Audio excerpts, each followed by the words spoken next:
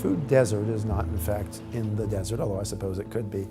A food desert is defined as a certain area of land, and it varies place to place, depends on the size of the city or the rural area we're talking about, which has no fresh, nutritious food source.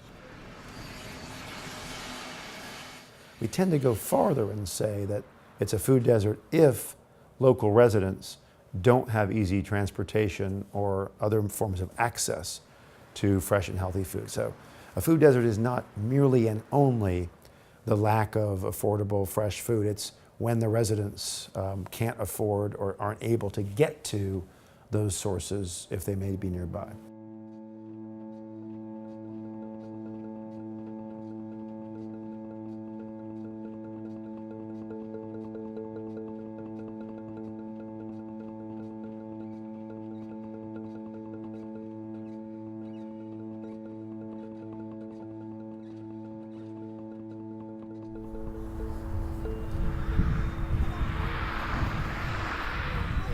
This particular neighborhood area, we got Food Line and we got Save Line.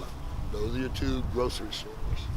And a person like myself don't drive, but I gotta catch a bus to get there. I can only get so much because I gotta carry it. Now you go on the other side, who knows how many stores you have. I've heard about Harris Teeter, Lowe's, Whole Foods. Never been to them. Probably can afford to go to them, but still. If you don't have transportation here, man, you're in a world of hurt. Let's say we hopped in a car or a skateboard and left campus by the Polo Road entrance, so we went past the law school and the practice fields, and went out by the water tower and took a right. As soon as we crossed Coliseum Drive, we're in a neighborhood called Boston-Thurmond. Let's drive 60 miles an hour right through it on University Parkway. In no time at all, one traffic light, we're at the other end of Boston-Thurmond, Northwest Boulevard. We look to our left and we see a Bojangles, and we might idly think, oh, yeah, I didn't really know that. That's the one food source in Boston-Thurmond neighborhood. A sizable, many square miles, thousands of people neighborhood. There's also a convenience store attached to the gas station just across the street. So they can also buy overpriced Twinkies and other kinds of unprocessed snacks. Oh, and there's two liquor stores. Turns out hunger and obesity are, as much as they may be seen as opposite ends of the spectrum, are often in the same city, in the same neighborhood, in the same block, in the same house, in the same person. Many of the most food insecure people in our country, i.e. the most in danger of falling into something like starvation, are obese. The contrast where a handful of miles away, a short drive, if you're driving, if you have a car, and happen to come to the 5 Points area, and idle your car there while you're waiting for one of the lights to turn, you are seconds or no more than 2 minutes away from a Publix, two Harris Teeters, a Whole Foods, a Trader Joe's, and many, many, many smaller sources of food. The discrepancy between the 27104 and the couple zip codes in East Winston, in all it is zip code, in average years of life, is profound. You're maybe 2 miles apart, and you're about 15 years of life expectancy. And a lot of that has to do with food availability. There's no obvious or easy answer that just provides the solution. Some communities try to give tax breaks, some incentives, in other words, financial incentives.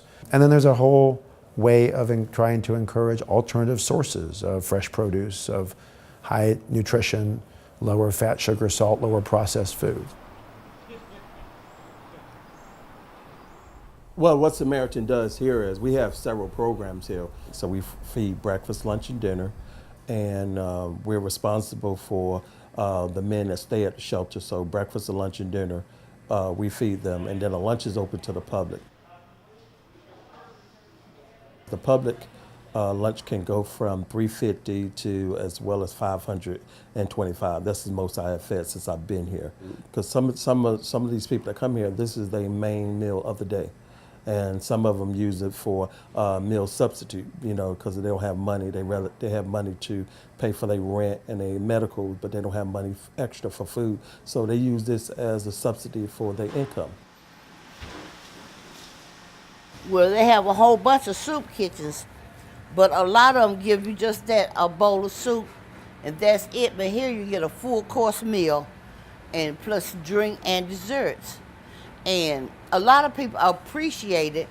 And then too, I've heard where people came from as far as Charlotte, North Carolina, just to come here to get a meal, because they're treated with respect, and they're treated like they are not a homeless person. Because most people don't realize, to me, in my opinion, you're one paycheck from being homeless. And it can happen to anybody at any time. Oh, Chop Chop. I call it Chop Chop. Miss Josephine is amazing because, Miss Josephine understands what it is to be homeless. A person that's went through it can probably empathize with people that is going through it now. So she is always there for us. She comes on 3 days out of the week. She would do anything we asked her to do. And she is like family to me, too. She also, help young people come through here. She tries to understand and let us know, the people on the staff, that everybody is not gifted. Everybody is not blessed and have a home or have enough money or have enough food. So therefore, we should always be thankful for what God has given us. Just like Jesus fed people, we should also do the same if someone is hungry, no matter who they are. Because you have to have compassion on people. You have to have it within yourself. Campus Kitchen, also from the programs like at Wake Forest, Salem College, they bring food over here, especially in the summertime, vegetables, food that's from any parties that they have on campus. They don't know how much they really are helping, because the food that they do bring over here most of the time will be disregarded. It would just be thrown away, which we make use out of it.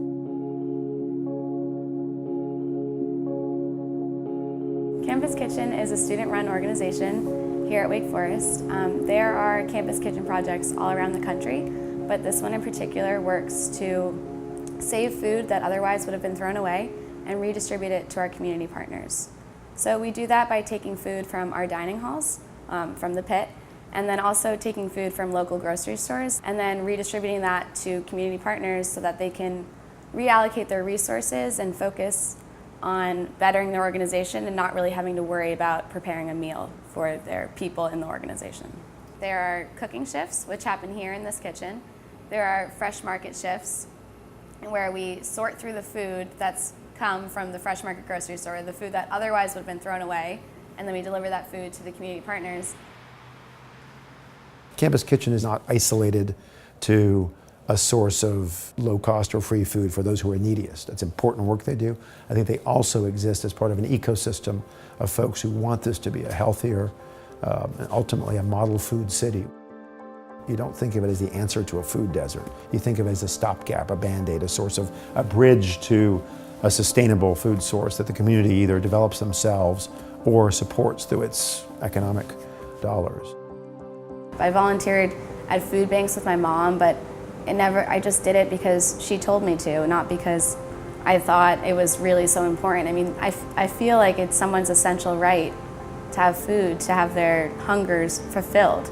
So through Campus Kitchen and through meeting these people that I could put a face to what I was doing, to the reason why I come in here a couple times a week and run this organization. I mean, that's, I think, kind of what it's all about.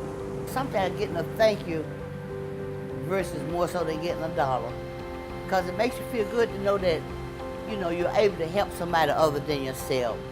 And I think that's what people need to stop doing is reaching out to other people and helping them and showing them love and showing them that you care.